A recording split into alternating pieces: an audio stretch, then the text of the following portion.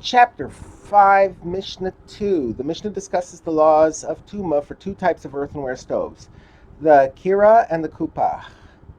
A Kira and Kupach are almost the same, except that a Kira has space for two pots on top, whereas a Kupach is smaller and has room only for one pot.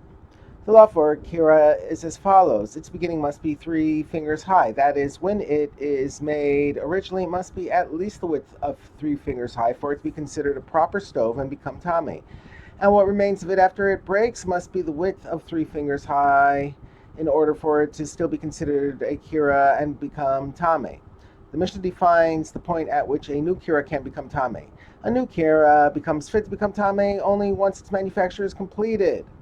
What is considered the completion of its manufacture when it has been heated to a high enough temperature to cook the most easily cooked egg on it, i.e., a chicken egg, after the egg has been removed from its shell and beaten and placed in a preheated stew pot to cook.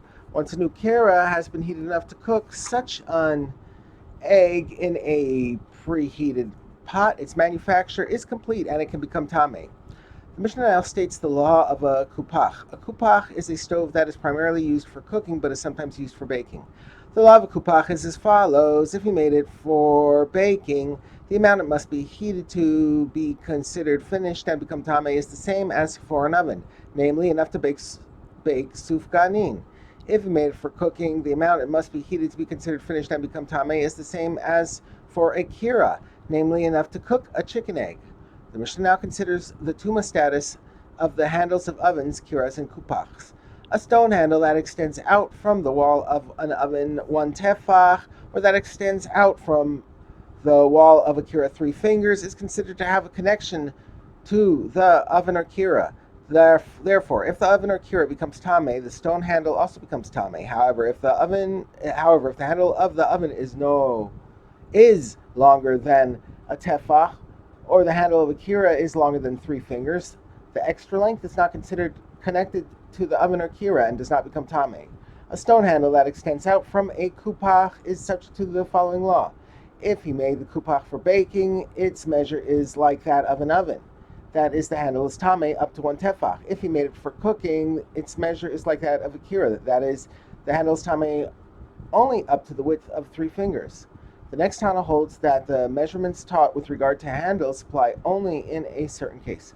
Rabbi Yehuda said the sages did not say that the part of the handle that is more than a tefach is not considered part of the oven, except in a case where the handle is between the oven and the wall of the house. In such a case, since the extra length of the handle prevents the oven from being placed near the wall, the owner will eventually cut it down. For this reason, the extra length is not considered part of the oven. However, in a case where the handle is not between the oven and the wall, the entire handle is considered part of the oven and becomes tame along with it. The Mishnah teaches the law in a case where 2 ovens were joined together by 1 handle.